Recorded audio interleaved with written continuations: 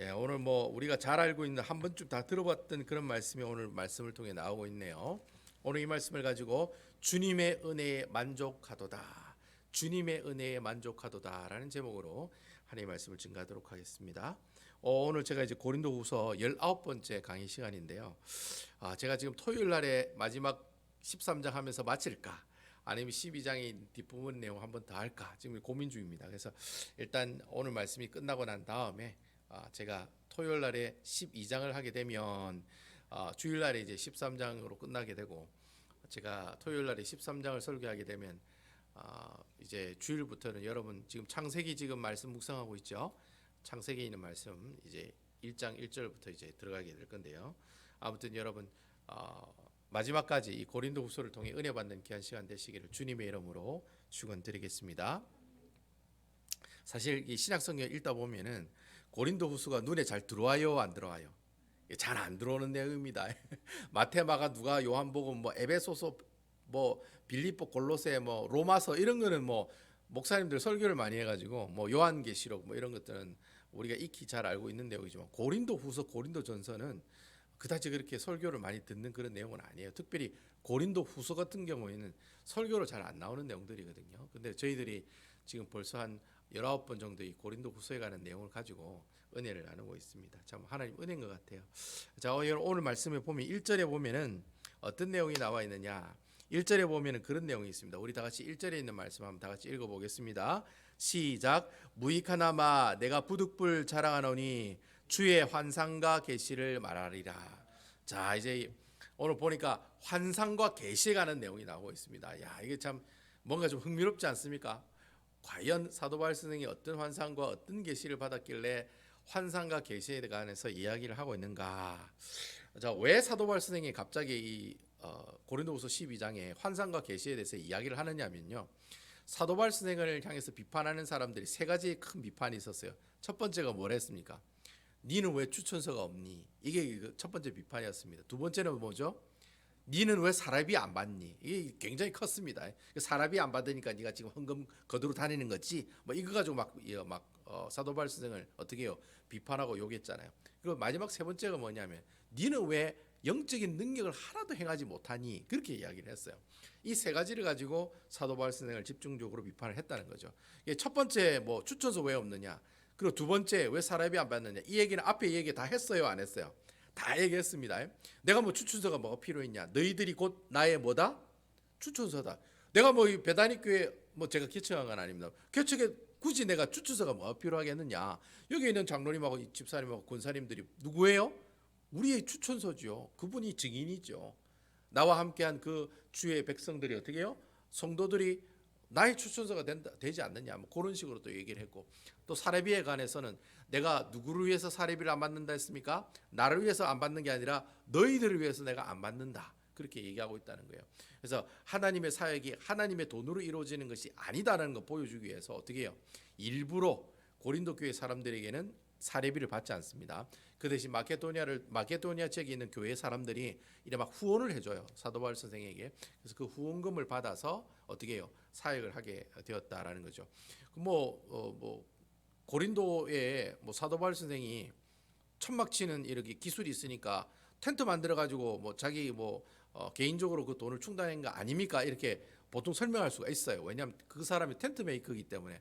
근데 성경에 보면은 사도 바울 선생이 텐트 메이커를 하면서 돈을 벌며 사역을 했다라는 구절이 한 군데도 안 나오고 있습니다. 오히려 어떻게 해요? 마게도니아 교회 사람들이 도와주는 헌금으로 고린도 교회에서 사역을 했다라는 이야기는 있거든요. 그래서 신학자들 사이에서도 과연 이래 텐트 만들면서 사역을 했을까? 그건 아닌 것 같다, 이렇게 얘기하는 신학자들이 많이 있습니다. 제가 봐도 뭐 목회자가 뭐 굳이 뭐 일하면서 그렇게 사역할 필요는 없었던 것 같아요. 왜냐하면 사도 바울 선생님 그만큼 그 당시에 사도라고 하는 직분이 있었기 때문에 굳이 뭐 자기가 뭐 이렇게 텐트를 만들어서 돈을 벌어 가지고 이렇게 사역을 한 그런 모습들은 아니었을 것이다. 저도 개인적으로 그렇게 생각을 합니다만, 일단 뭐 어쨌든 뭐 그게 어떻게 됐든지 간에 사례비 안 받는 것에 대해서는 충분히 고린도 교회 사람들에게 설명이 돼요, 안 돼요? 다 설명을 했다는 거죠. 설명을 하고 이야기 앞에서 다 얘기했다는 겁니다. 근데 마지막으로 이제 그게 마지막 비판이, 야 니는 왜 아무 영적인 능력이 없냐? 여러분 사도 바울 선생이 영적인 능력이 있어요, 없어요? 예, 사도행전에 보면 한 8가지 정도가 나옵니다. 그 뭐 보면은 뭐 귀신을 쫓아내기도 하고 유두구에 뭐 청년이 위에 설교 듣다가 떨어져 죽었는데 살려요, 안 살려요? 살리는 얘기도 나오고, 마지막에 멜리데 섬에 그 로마로 가는 배가 파산되었을 때 멜리데 섬에 그 추장과 그 아들이 병으로 고통받고 있을 때 어떻게 해요? 그 사람 또 치유케 하고, 하여튼 뭐 또 지나가다 뭐 혹시 바울의 손수건만 만져도 사람들이 병이 고침을 받고, 이런 내용이 사도행전에 보면 나오고 있거든요. 사도 바울 선생이 이런 영적인 능력을 행하지 못하는 사람이 아니라는 거예요. 근데 아닌데도 불구하고 어떻게 해요? 네 뭐 고린도 교회에 와가지고 뭐 영적인 능력 뭐 보여준 거 있어? 이러면서 이제 시비를 거는 사람들이 있었다라는 거죠. 그러니까 이제 사도 바울 선생이 하도 그 영적인 능력에 관해서 시비를 많이 거니까 이제 그 12장에 뭐라고 얘기하느냐면 환상과 계시를 받았다는 사실을 이야기한다는 거예요. 거짓 사도들이, 거짓 선지자들이 보통 그런 것들을 많이 했거든요. 기적과 이적을 어떻게 해요? 사람들에게 확 보여주는 거예요. 갑자기 안전병이 확 일어나게 하는 거예요. 그러면 뭐가 많이 들어와요? 뭐가 많이 들어와요? 사례비가 많이 들어오는 거예요. 그렇게 해서 먹고 살아가는 거짓 사도들이 그 당시에 많았다는 겁니다. 그러니까 그런 사도들이 많으니까 고린도 교회에 있는 몇몇 사람들이, 특별히 거짓 사도들이 사도 바울 선생을 비판을 하는 거예요. 저 사람은 아무 능력도 행하지도 않고 아무 능력이 없습니다. 그렇게 이야기하면서 돌아다니는 사람들이 많았다는 거예요. 근데 그런 얘기를 들으니까 어떻게 해요? 아, 내가 이 영적인 능력이 있다 없다에 관한 문제에 대해서 이야기를 한번 해야 되겠다라는 이야기를 하면서 무슨 얘기를 하느냐? 바로 환상과 계시에 관한 이야기를 하고 있다라는 겁니다. 근데 솔직히 사도 바울 선생은 이 환상과 계시에 관한 이야기를 하고 싶었을까요? 안 하고 싶었을까요? 안 하고 싶었다는 거예요. 오늘 여기 보면은 오늘 1절에 보면 무익하나마 내가 부득불 자랑하노니, 이 부득불 자랑한다는 말이 무슨 말이냐면 어쩔 수 없이 한다는 거예요. 어쩔 수 없이 내가 한다는 거예요. 내가 안 하고 싶은데 내가 이래 신앙생활하다가 받은 어떤 하나님의 환상과 계시 이 내용을 내가 너희들에게 얘기 안 하고 싶은데 하도 너희들이 나한테 그렇게 비판을 하니까 어쩔 수 없이 어떻게 해요? 내가 하나님께서 보여주신 환상과 계시에 관한 내용들을 너희들에게 이야기를 한다. 그런 내용이 오늘 본문에 나오고 있다는 겁니다. 그럼 도대체 사도 바울 선생이 하나님을 통해서 본 환상과 계시가 어떤 내용이냐? 여러분, 환상이라는 것은 하나님께서 보여주신 어떤 사건과 어떤 일들, 그런 것들 환상이라고 하고요. 계시는 하나님 직접 어떻게 해요? 음성으로서 어떤 말씀을 하신 걸 계시라고 하죠. 그럼 도대체 환상과 계시가 어떤 내용이었느냐? 그 내용이 이제 2절부터 4절까지 나오고 있다는 거예요. 우리 다 같이 2절에 있는 말씀 한번 다 같이 한번 읽어보겠습니다. 2절입니다. 우리 영상을 보시는 분들도 2절 다 보고 있습니다. 성경 가지고 계시냐 안 가지고 계시냐. 2절에 있는 말씀 다 같이 한번 읽어보겠습니다. 시작. 내가 그리스도 안에 있는 한 사람을 아노니 그는 14년 전에 셋째 하늘에 이끌려간 자라. 그가 몸 안에 있었는지 몸 밖에 있었는지 나는 모르거니와 하나님은 아시느니라. 자, 여러분, 사도 바울 선생이 본 이 환상과 계시는 언제 있었던 이야기라고 얘기합니까? 14년 전에 있었다라고 얘기하고 있습니다. 그래서 이제 보통 이 고린도후서가 기록된 이 글이 보통 AD 50년, 51년 이때 기록됐다고 하거든요. 14년 전이니까 뒤돌아가면 보통 이 사도 바울 선생이 처음에 초기에 이제 안디옥 교회나 이런 데서 이제 막 전도 활동할 때, 그때, 그러니까 이제 막 이제 필 받아가지고 성령 충만 받아가지고 뭐예요? 복음을 막 증거하려고 하는 그때 그 시절 때 어떻게 해요? 하나님께서 환상과 계시를 보여주셨다는 거예요. 그게 어떤 환상입니까? 셋째 하늘에 올라간 환상을 보여줬다는 거예요. 그래서 옛날 성경에 보면 이 셋째 하늘이라고 표현 안 하고 뭐라고 되어 있습니까? 삼층천이라고. 여러분 들어봤어요? 그런 얘기? 옛날에 성경에 보면 삼층천이라고 얘기를 했습니다. 셋째 하늘이라고 얘기 안 하고. 근데 요즘에 이제 개역 개정에 보면 삼층천이란 말을 안 쓰고 셋째 하늘에 올라갔던 이야기를 하고 있다. 그렇게 번역을 하고 있어요. 왜 삼층천이냐? 왜 첫 번째도 아니고 두 번째도 아니고 세 번째 하늘이냐? 그 이유가 있습니다. 여러분, 유대인들은 하늘을 세 개의 등분이 있다라고 생각을 해요. 유대인들은. 첫 번째는 대기권이에요. 여러분, 구름과 비가 오는 대기권, 공기가 있는 곳, 그걸 이제 첫 번째 하늘이라고. 두 번째는 이 대기권 밖에 있는 뭐 우주라고 보시면 됩니다. 그러니까 뭐 별이 있는 곳을 두 번째 하늘이라고 얘기해요. 그럼 세 번째 하늘은 누가 계시는 하늘이라고 생각해요? 예, 하나님이 계시는 하늘이라고 생각을 하는 거예요. 그래서 뭐 어떤 신학자는 유대인들은 7등분으로 나눈 사람도 있다. 뭐 그런 얘기도 있어요. 어쨌든 뭐 유대인들은 하늘이 보통 3등분으로 나누어진다라고 얘기를 해요. 그래서 세 번째 하늘은, 즉 세 번째, 셋째 하늘은 하나님이 계시는 그런 곳이다라는 거죠. 그러니까 셋째 하늘에 올라갔다는 말은 사도 바울이 누구를 만났다는 겁니까? 하나님을 만났다는 겁니다. 하나님이 계시는 곳에 가서 하나님을 만나는 그런 환상을 보게 됐다는 거예요. 그런 얘기를 지금 오늘 이 말씀을 통해 하고 있다라는 거예요. 근데 여러분 오늘 말씀을 보니까 이렇게 환상을 보여주신 그 환상을 보여주셨는데 여기 가로에 보면 무슨 내용이 있습니까? 가로에 보면 그가 몸 안에 있었는지 몸 밖에 있었는지 나는 모르거니와 하나님은 어떻게 하신다? 알고 계신다 그렇게 표현하고 있어요. 이 말이 무슨 말이냐면 내가 그 환상 가운데 본 그 하늘나라에 간 그 모습이 내 영혼이 가서 본 것인지 아니면 내 몸과 영혼이 같이 가서 본지 난 잘 모르겠다라고 이제 표현하고 있는 겁니다. 그래서 뭐 그런 식으로 이야기를 하고 있다는 거예요. 나는 잘 모르겠다. 근데 분명히 나는 하늘나라에 가서 하나님을 만났다. 그런 식으로 이야기를 하고 있다라고 하는 거예요. 그러니까 여러분 만약에 환상을 봤다면 몇 시 몇 분에 내가 잠을 자고 있는데 갑자기 큰 빛이 와가지고 뭐 백마탄 어떤 천사가 와가지고 나를 이끌어서 그 백마를 타고 하늘에 올라갔더니 갑자기 막 큰 황금성이 보이고 그 황금의 황금문이 열리다 보니 어떻게 해요? 그곳에 빛이 빛나는 그분이 계셨다. 뭐 이런 식으로 표현이 돼야 되잖아요. 요즘 그 천국 보고 왔다는 사람들 간증할 때 그래 해요, 안 해요? 그래 하는 사람들 많습니다. 여러분 그게 절대 믿으시면 안 돼요. 천국에 간 게 뭐가 중요합니까, 여러분? 내가 죽으면 나중에 가는 곳인데 그 천국에 갔다 온 사람 얘기 그 얘기 듣고 훅 듣고 뭐 그 얘기 뭐 듣고 뭐 훅 하실 필요도 없고 그 사람이 그냥 얘기하는구나 그저 그 정도로 얘기하시면 되지 그것도 믿고 막 이렇게 막 사람들에게 얘기하고 그럴 필요는 없다는 거예요. 여러분. 그게 중요한 게 아니에요. 중요한 건 뭐예요? 내가 예수님을 믿느냐 안 믿느냐 그게 중요하다는 것. 여러분 아시겠죠? 어쨌든 뭐 그렇게 자세히 설명을 해야 되잖아요. 근데 오늘 말씀을 보면 이 사도 바울 선생의 환상과 계시가 두리뭉실하게 표현하고 있다는 거예요. 그냥 같다는 거예요. 첫째 하늘, 둘째 하늘, 셋째 하늘이 있는데 셋째 하늘이 그냥 같다는 거예요. 그리고 뭐라고 얘기하는 거예요? 내 몸이 갔는지 내 몸이 갔는지 내 영혼이 갔는지 나도 잘 모르겠다. 오직 아시는 분은 누구다? 하나님만 알고 계신다. 이 왠지 환상을 보니 환상을 어떻게 해요?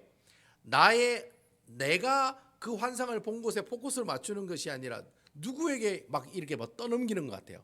하나님에게로 떠넘기는 그런 느낌을 우리에게 주고 있다는 거예요. 그러니까 환상을 봤다라고 이야기를 하는데 자세히 얘기를 안 한다는 거예요. 어떻게 얘기를 해요? 두리뭉실하게 얘기하더라는 거예요. 이유가 있겠죠. 하여튼 자기가 하여튼 셋째 하늘에 올라갔다는 얘기를 그냥 올라갔다 이런 식으로 그냥 간단하게 어떻게 해요? 명확하지 않게 자세하지 않게 그렇게 우리에게 설명하고 있다라는 거예요. 여러분 4절에도 보면 그 비슷한 내용이 나옵니다. 여러분 우리 4절에 있는 말씀 한번 다 같이 한번 읽어보겠습니다. 4절입니다. 시작. 그가 낙원으로 이끌려가서 말로 표현할 수 없는 말을 들었으니 사람이 가히 이르지 못할 말이로다. 여기 뭐 낙원이라면 뭐 사람이 죽으면 천국 가기 전에 잠시 들르는 곳이 낙원이다 뭐 얘기하는 사람이 있는데 여러분 여기 낙원이라는 여기 나오는 낙원은 셋째 하늘인 바로 뭐예요? 하나님이 계신 곳을 말합니다. 그래서 내가 그 셋째 하늘에 있는 하나님이 계시는 곳에 갔더니 뭐예요? 말로 표현할 수 없는 말을 들었다 그렇게 얘기하고 있는 거예요. 이 말이 무슨 말이냐면 자기가 하나님이시든지 누구든지 뭐 하는 이야기를 들었다는 거예요. 그러니까 이 말이 무슨 말이에요? 계시를 받았다는 말이죠. 내가 누군가를 통해 뭔가 들었다는 거예요. 들었는데 그걸 어떻게 해요? 확실히 무슨 말을 하는지 알고 있다는 말이에요? 모르고 있다는 말이에요? 모르겠다는 말이에요. 그러니까 여러분 생각해 보세요. 내가 셋째 하늘을 간 것도 그게 간 건지 안 간 건지 그리고 또 내가 그곳에 가서 뭐 하나님이 하시는 얘기인지 아니면 천사가 하는 얘기인지 무슨 말을 듣긴 들었는데 그 말이 무슨 말인지 도저히 알 수가 없더라. 그 어떻게 해요?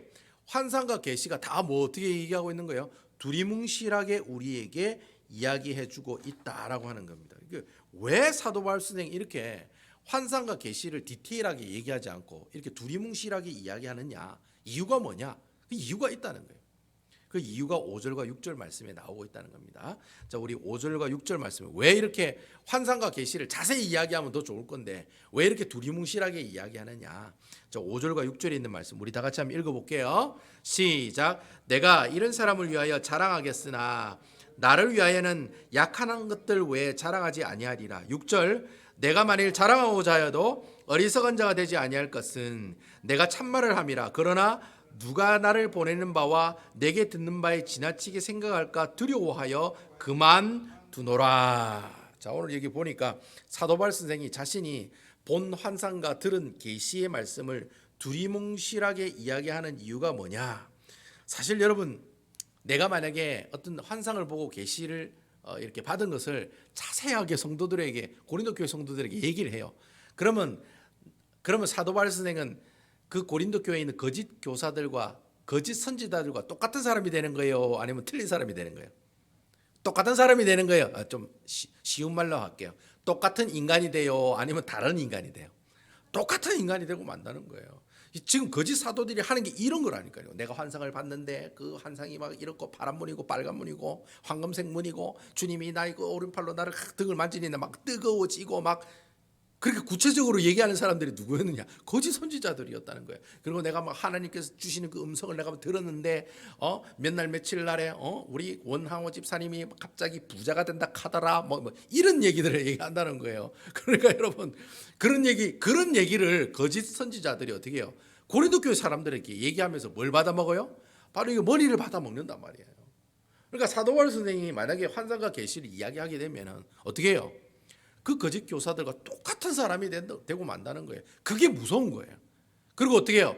환상과 계시를 얘기하면 자기 자랑이 될 수 있어요, 없어요? 자기 자랑이 될 수 있어요, 없어요? 오, 저 대단하신 목사님이시다. 오, 천국을 보셨대. 오, 하나님 음성 들었대. 아이고, 문 목사는 뭐 거기에 뭐 발톱에 때밖에 안 되더라. 막 이런 식으로 얘기할까요, 안 할까요? 얘기한단 말이죠.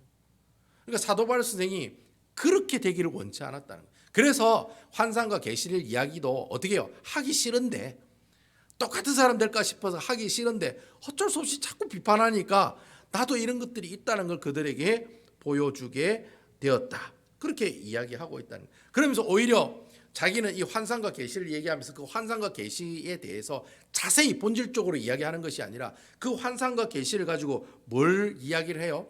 오히려 나는 그런 환상과 계시를 자랑하는 것이 아니라 무엇을 자랑한다고 이야기하고 있습니까? 오늘 성경에 보니까 자신의 약한 것들을 자랑한다라고 얘기하고 있다는 거예요. 거짓 선지자들과 거짓 교사들은 뭐 내뚱굴리 뭐 나는 이런 환상 봤다, 나는 이런 음성 들었다, 막 하나님께서 이런 불을 내려주셨다 이런 자랑을 하는데, 근데 사도 바울 선생은 오히려 이런 환상과 계시를 경험했지만은 오히려 그것을 사람들에게 보여주고 이야기하고 자랑하는 것이 아니라 뭘 자랑하겠다는 거예요? 오히려 나의 약함을 너희들에게 뭐하고 싶다? 자랑하고 싶다는 거예요.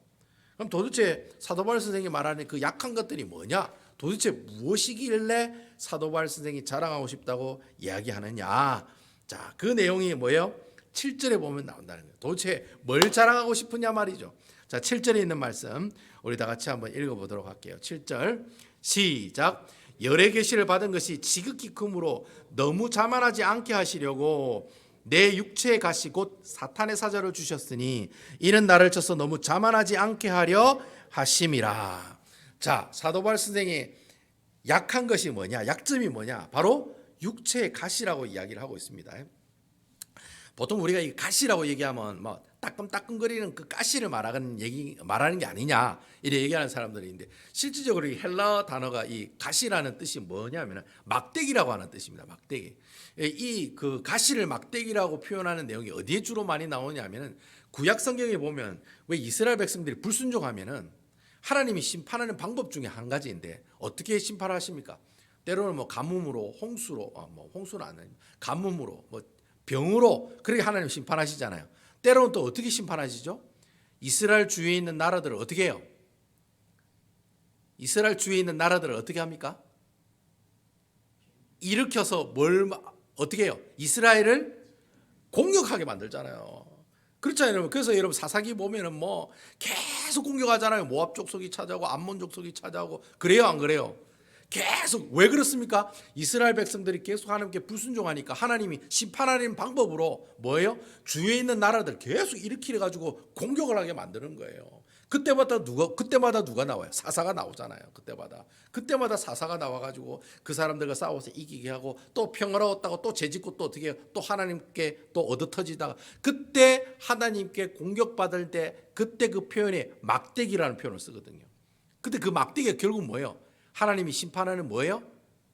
몽둥이라는 거예요. 우리 은총이가 말 안 들으면 이제 아빠한테 몽둥이를 이렇게 막 이렇게 살짝 이래 터치하죠. 살짝 때린 다음에 제가 잡혀갈 수도 있으니까 살짝 이렇게 사랑의 매를 하는 것처럼 여기 말하는 가시란 말은 하나님께서 이스라엘 백성 심판하실 때 쓰는 막대기, 그때 그 막대기를 가시라는 표현으로 우리에게 이야기를 하고 있다라고 하는 겁니다. 결국 여러분 이 이스라엘 백성들이 누구를 의지하지 않을 때 하나님을 의지하지 않을 때 주는 막대기가 곧 뭐라고요? 가시다라는 표현으로 이야기하고 있다는 거예요. 그럼 여기 말하는 육체적인 가시, 육체적인 막대기, 이 그러면 구체적으로 무슨 뜻이냐? 뭐 많은 사람 신학자들이 얘기하기를 이것은 사도 바울 선생이 가지고 있는 뭐랄까 하나의 질병이 아닐까, 병이 아닐까 그렇게 생각을 해요. 그래서 어떤 신학자들은 갈라디아서에 있는 내용을 가지고 눈이 많이 좋지 않았던가, 안질 때문에 눈 때문에 고생을 많이 했다는 성경 구절이 있으니까 눈이 많이 아파서 그걸 많이 힘들었지 않느냐. 또 어떤 사람들은 뭐 제가 얘기했듯이 무슨 병을 가지고 있댔습니까? 뭐 약간 좀 이렇게 좀 질랄병이라고 그러죠. 간질을 가지고 있었다잖아요. 사실 여러분 설교하다가 막 쓰러지고 막 벌벌벌 떨고 하면 그게 무슨 창피겠습니까? 근데 그런 병을 가지고 있었지 않았겠느냐 이렇게 이제 얘기하는 그 학자들도 있어요. 아무튼 여러분 사도 바울 선생은 육체적으로 어떤 질병을 가지고 있었던 것 같아요. 근데 그게 너무 고통스러우니까 하나님 앞에 뭐 했다라고 성경에 얘기하고 있습니까? 8절에 보면 그것을 어떻게 해요? 없애달라고 기도해요? 기도 안 해요? 기도했다고 얘기하고 있어요. 근데 몇 번 기도했다고 얘기하고 있습니까?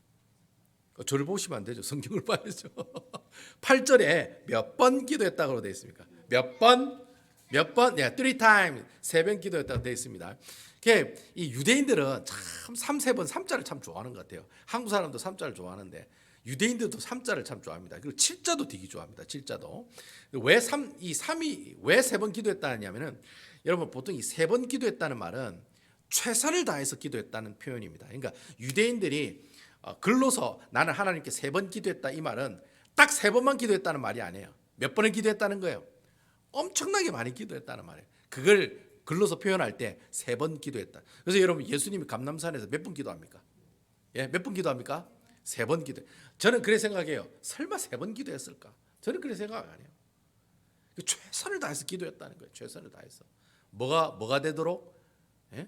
땀이 꼭 피가 떨어지는 것처럼 뚝뚝뚝뚝뚝 피 떨어지는 것처럼 그 땀이 최선을 다해서 기도했다는 거예요. 누구를 위해서? 제자들을 위해서. 아멘이십니까? 그래서 이 3번 기도했다는 말은 최선을 다해서 기도했다는 거예요. 이 병을 어떻게 낫게 해달라고 하나님이 기도했는데 하나님이 뭐라고 얘기합니까? 그래 내가 네 기도에 응답해서 낫게 해주겠다고 얘기해요. 뭐라고 얘기합니까?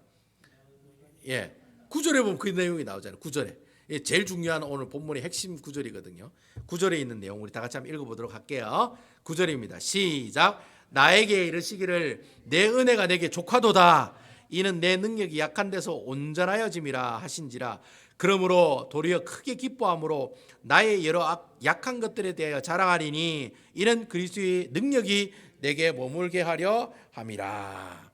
하나님의 대답은 낫게 해주세요, 낫게 해주세요. 3번 기도했더니 최선을 다해서 기도했더니 하나님의 대답은 그거예요. 야, 그냥 내 은혜가 족하다. 됐다, 고맙기도 해라. 그냥 그거 안고 그냥 살아가라. 주님이 내게 주신 그 은혜만 그거로 만족하며 살아가라고 이야기하고 있다는 거예요. 여기서 말하는 이 은혜는 무슨 은혜를 말할까요? 무슨 은혜일까요? 무슨 은혜일까요? 예? 하나님의 은혜입니까? 아유 그렇게 얘기하면 좀 그렇잖아요. 문 목사가 이야기하는 모든 질문의 90%는 다 뭐예요? 그러면 이 은혜는 무슨 은혜입니까? 그 구원의 은혜죠. 구원의 은혜. 내가 예수님께서 십자가에 못 박혀 죽으심으로 우리에게 주신 5가지 구원의 선물이 있잖아요. 사제, 칭의, 화친의, 부활의 산소망과 영생. 5가지. 여러분 죽을 때까지 이 5가지 외우고 있어야 됩니다. 아시겠죠? 사제, 징이, 화친, 부활의 산 소망, 영생, 이 5가지 구원의 선물, 이거 주신 것, 네가 그것만으로 어떻게 해라? 만족해라. 내가 영원히 지옥불에 던져질 인생인데 예수 믿고 구원받았으면 됐지. 아멘입니까? 그래도 속으로 그래도 주님 그래도 저는 머니도 머니가 최고니까 이왕이면 좀 머니도 좀 주시면서 하나님 은혜도 주시면 안 될까요? 라고 이야기할 수도 있단 말이에요. 하지만 여러분, 주님께서는 우리에게 뭐라고 말씀하시냐? 내 은혜에 만족해라. 아멘이십니까?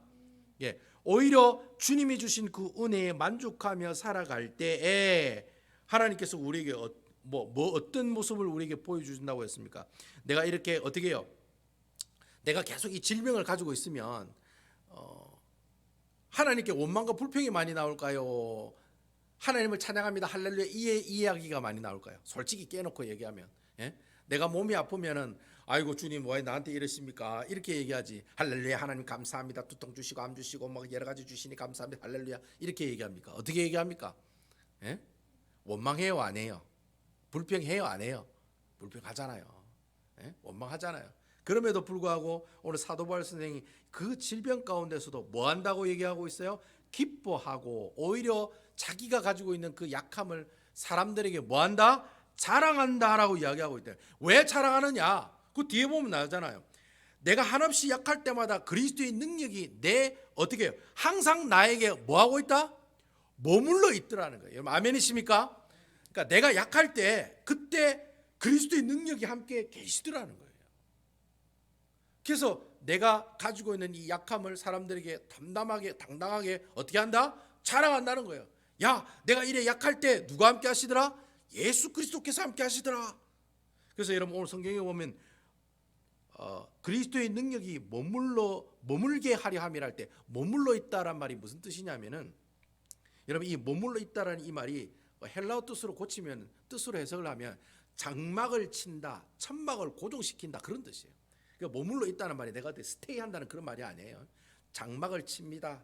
내가 천막 텐트를 고정시킵니다. 그런 뜻이 머물러 있다는 말이에요. 자 여러분, 천막을 만들고 천막을 고정시킨다는 이 얘기, 구약 성경 어디에 많이 나오는 얘기입니까 여러분? 예? 출애굽기에 뭐 얘기할 때 많이 나옵니까? 성막을 이야기할 때 많이 나온다는 거예요. 그러니까 여러분, 그리스도의 능력이 머물러 있다는 말이 무슨 말이에요? 여기 말하는 머물러 있다는 이 단어, 이 헬라 단어 자체가 뭘 뜻하냐면 성막을 뜻하는 거예요. 여러분 아멘이십니까? 여러분 하나님이 왜 성막을 만들라고 했습니까? 이유가 뭡니까? 자 물어봅시다 여러분. 제가 옛날에 얘기했는데 출애굽기 제가 강해를 잠시 하면서, 제가 처음부터 안 했죠. 출애굽기 중간에서부터 강의를 했잖아요. 그때 큐티 말씀 가지고. 그때 왜 하나님께서 성막을 만드셨습니까? 만든 이유가 뭡니까? 예? 그렇죠. 하나님이 이스라엘 백성들을 어떻게 하기 위해서? 함께 하기 위해서. 하나님이 so love, 너무 이처럼 사랑하기 때문에 이스라엘 백성들이 함께 하고 싶어 가지고, 그래서 뭐예요? 뭘 만들으라고 해요? 하나님이 명령하시고 하나님이 명령하신 치수와 재료와 여러 가지 각종 어때요? 도구들을 가지고 뭘 만들게 해요? 성막을 만들게 했잖아요. 그래서 여러분 성막 자체가 뭐예요? 하나님이 함께 하심이고 하나님이 동행하심이고 하나님의 임재하심의 상징이 뭐예요? 성막이라는 거예요. 아멘입니까? 그래서 여러분 이스라엘 백성들이 12지파가 이동을 하다가 딱 멈추잖아요. 그럼 제일 가운데 뭐가 만들어져요? 성막이 만들어지는 거예요. 그리고 동쪽에는 유다지파와 이 장자지파들이 있고, 그다음 동서남북으로 이렇게 지파가 이렇게 있어요. 그렇게 배치를 한다면 그 배치할 때 가장 가운데 성막이 있다는 거예요. 왜 성막이 있느냐? 이스라엘 백성 가운데 누가 계신다? 하나님이 계신다. 아멘이십니까? 네. 그 성막이라는 그 자체가 뭐예요? 하나님이라는 거예요. 성막이라는 그 자체가 뭐예요? 예수 그리스도라고 하는 거예요. 그 우리 주님께서는 항상 여러분들과 뭐 하기를 원하세요? 함께 동행하시고 함께 머물러 있기를 원하시는 성막과도 같으신 분이 바로 우리 주님이시라는 거예요. 근데 그 그리스도의 능력이 누구에게 나타난다는 거예요? 바로 우리들에게 나타난다는 거예요. 왜? 우리 심령에는 누가 계십니까 여러분? 성령 하나님이 계시기 때문에. 아멘이시죠? 왜 계십니까? 성령 하나님이 왜 계십니까? 왜 성령 하나님이 장로님이 계시고 집사님이 계시고 권사님이 계시고 우리 저기 은택이 은파 은총이 우리 사모님도 왜 있을까요? 함께 하시기 위해서라는 거예요. 아멘이십니까? 예? 그 은혜에 만족하라는 거예요. 그 은혜. 제가 또 흥분했네요. 마이크가 또 띵 하네요. 그 은혜에 어떻게 해요? 만족하라는 겁니다. 여러분 아멘이시죠? 예, 볼륨을 약간 내렸다가 올리면 될 것 같아요. 예. 그걸 지금 이야기하고 있다는 거예요. 지금 그걸 뭐예요? 사도 바울 선생이 자랑하고 싶다는 거예요. 여러분 아멘이시지요? 그걸 자랑하고 싶다는 거예요. 야, 내가 예수 그리스도를 믿는 순간에 너희 심령 가운데 누가 계신다는 거예요? 예수님이 계신다. 그래서 내가 약할 때마다 복음을 증거할 때마다 뭐가 나타나요? 하나님의 능력들이 나타나더라는 거예요. 뭐 죽은 사람이 살아나고 병자들이 치유가 되고 복음을 증거하는 곳곳마다 뭐가 세워져요? 교회가 세워지는 놀라운 역사가 나타나더라. 그걸 너희들에게 이야기하고 싶고 자랑하고 싶고 말하고 싶고 너희들에게 전달하고 싶다는 거예요. 그 말씀을 오늘 이 말씀을 통해 우리에게 이야기하고 있다는 거예요. 제가 오늘 이 말씀을 보면서 하나님께서 우리에게 주신 영적인 교훈이 그건 것 같아요. 여러분, 내가 하는 모든 일은 내가 하는 일이 아니고 누가 하는 일이에요? 하나님이 하죠. 여러분 아멘이시지요? 예. 특히 여러분, 내가 능력이 많을 때 하나님께서 나를 통해 일하세요? 아니에요. 여러분, 우리 베다니 교회가 가진 게 많고 부자고 성도들이 많을 때 그때 하나님이 하세요? 아니라니까. 너무 힘들고 어려울 때, 도대체 이 교회가 뭐 어떻게 잘 될까? 다른 사람들 다 그렇게 욕하고 비관적일 때, 그때 이 교회를 통해서 누가 역사하시는 거예요? 하나님이 역사하신다. 여러분 아멘이십니까? 네, 아멘이죠. 저는 여러분 이 놀라운 진리의 말씀을 사도 바울 선생만 알고 있는 것이 아니라 여러분들도 알고 있어서 어떻게 해요? 우리 교회가 뭐 약하고 부족하고 솔직히 그렇잖아요. 뭐 누구에게 뭐 내세울 것도 없고 뭐 내세울 거 하나에 뭐 우리 교회는 너무 아름답습니다. 이거는 내세울 수 있어요. 근데 뭐 다른 거 뭐 특별하게 뭐 그 시기도 없고 뭐 외향적으로 보면은 뭐 사람들에게 줄 수 있는 그런 어떤 유익함들이 별로 없다라는 거예요. 그럼에도 불구하고 하나님께서는 이 약한 교회를 향해서 이 약한 공동체를 통해서 이 약한 우리들의 모습들을 통해서 누구의 능력이 나타나세요? 그리스도의 능력이 나타난다. 그럼 우리가 할 수 있는 일은 뭐냐? 그럼 가만히 있으면 되냐? 아니에요. 그저 우리가 하나님께서 주신 그 놀라우신 그리스도의 구속의 은혜, 구원의 은혜에 뭐 할 줄 아는 사람? 만족할 줄 아는 사람이에요. 아멘입니까? 만족한다는 말이 무슨 말이냐면 가지고 있으란 말이에요. 단디 가지고 있으란 말이에요. 네가 그렇게 어렵고 힘든 일을 맞이할 때마다 세상이 주는 그런 어려움과 문제에 그 포커스에 맞추지 말고, 그래봐야 한숨밖에 안 나오니까. 그렇잖아요. 그런 어려운 환경이 있을 때마다 누구를 붙잡는 거예요? 주님이 내게 주신 그 구원의 은혜를 붙잡는다는 거예요. 아멘이시죠? 그게 만족한다는 말이에요. 주님의 구원의 은혜를 내가 붙잡고 있는다는 거예요. 기억하고 있다는 말이에요. 그러면 하나님께서 결국에는 나의 약함의 모습들을 통해서 그 속에서 뭐가 역사하는 역사가 나타납니까? 그리스도의 능력이 역사하는 모습들이 나타난다는 것입니다. 그 얘기를 하고 싶었던 거예요. 그걸 자랑하고 싶었던 거예요. 그래서 그냥 막 할 말 없는 허잘데기 없는 그런 환상과 계시라는 그 내용을 가지고 와서 진짜 하고 싶었던 얘기는 바로 이 얘기다. 그래서 여러분 10절에 보면은 사도 바울 선생이 그렇게 고백을 하잖아요. 내가 능력과 궁핍과 박해와 공고를 어떻게 한다? 받지만 내가 어떻게 한다? 기뻐한다. 그렇게 얘기하거든요. 여러분 여기 말하는 기뻐한다는 뜻이요, 내가 뭐 돈이 많아서 기뻐하고 뭐 자식이 많아서 기뻐하고 뭐 내가 뭐 잘 먹고 잘 살기 때문에 기뻐, 그런 세상적인 그런 원인에 대해서 하는 기쁨이 아니에요. 여러분 여기서 나오는 기쁨은요, 세례받을 때 예수님께서 세례받았을 때 하늘에서 성령이 임하시고 이는 내 사랑하는 아들이요 내가 뭐하는 자라? 기뻐하는 자라. 누가 기뻐한다고 얘기해요? 하나님이 직접 기뻐한다고 얘기할 때 그때 사용된 단어가 바로 이 단어예요. 그러니까 여러분 이 기뻐한다는 이 뜻의 주체는 하나님이신 거예요. 그러니까 내가 비록 힘들고 어렵고 고통스럽고 가슴 아픈 그런 순간이 있고 그런 환경이 있다 할지라도 하나님께서 내게 주신 그 놀라운 구원의 기쁨에 그 선물에 감사하면서 만족하면서 기뻐하면서 살아가게 되면 어떻게 해요? 바로 그 사람을 통해서 하나님의 놀라운 무엇이 나타난다? 능력이 나타난다. 아멘이시죠?